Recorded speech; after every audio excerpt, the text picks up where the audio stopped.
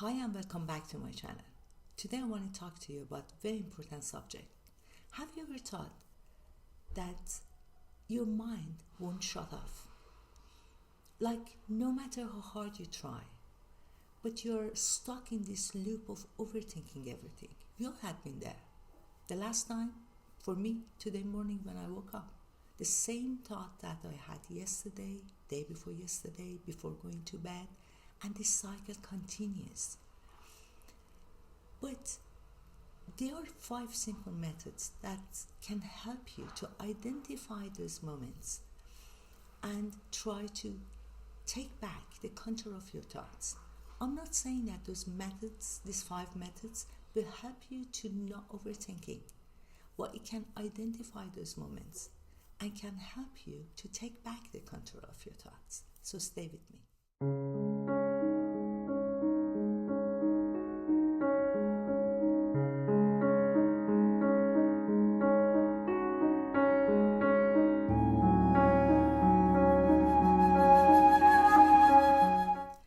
Overthinking is not just only mentally exhausting, but it prevents you from taking a proper decision and taking action, and also prevents you from living the moment and joy of life.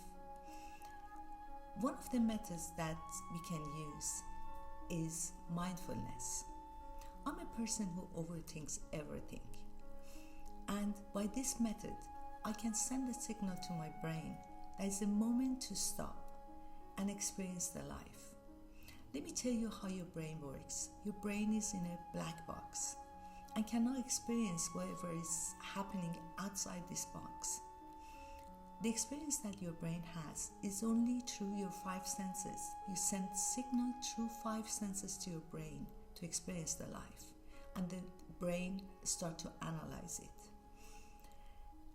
When we don't use those 5 senses, when we are completely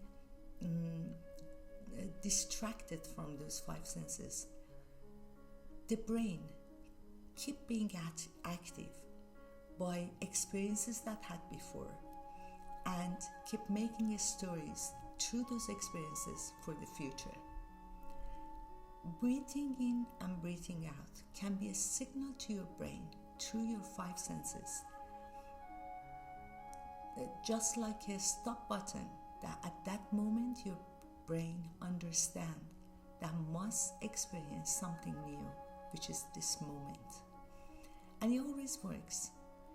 And that moment you send this signal to your brain to come back and experience the moment. So whenever your brain is overloaded, just breathe in, breathe out, and you will see that it always works. Another reason that our brain is overthinking is the bombardment of information we have through news, social medias, suggestion of others, and sometimes are too many information for our brain that 99% of them are completely unnecessary to overload our brain with those informations.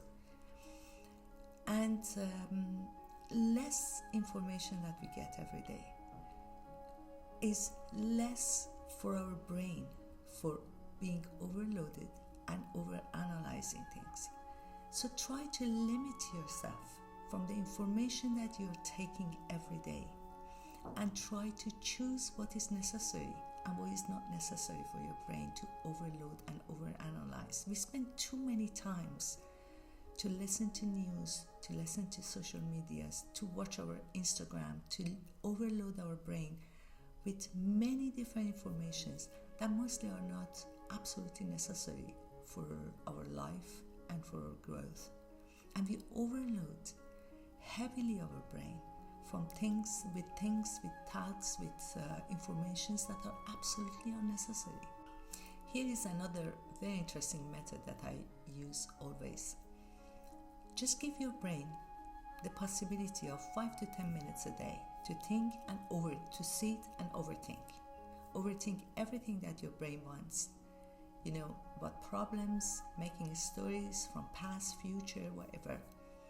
but put a timeline, and that gives a signal to your brain that after, when this timeline is over, must go back to experiencing the life through your five senses. So this helps your brain to understand that there is a limit for overthinking, and try it. It works perfectly. I use this method always, and it helps me, for a person like me that is overthinking, to give myself a timeline to create those stories, and then my brain gets this signal that time is over and we have to go back together to experience the life. Another problem that we overthink is that we mostly are focusing on things that we can't control.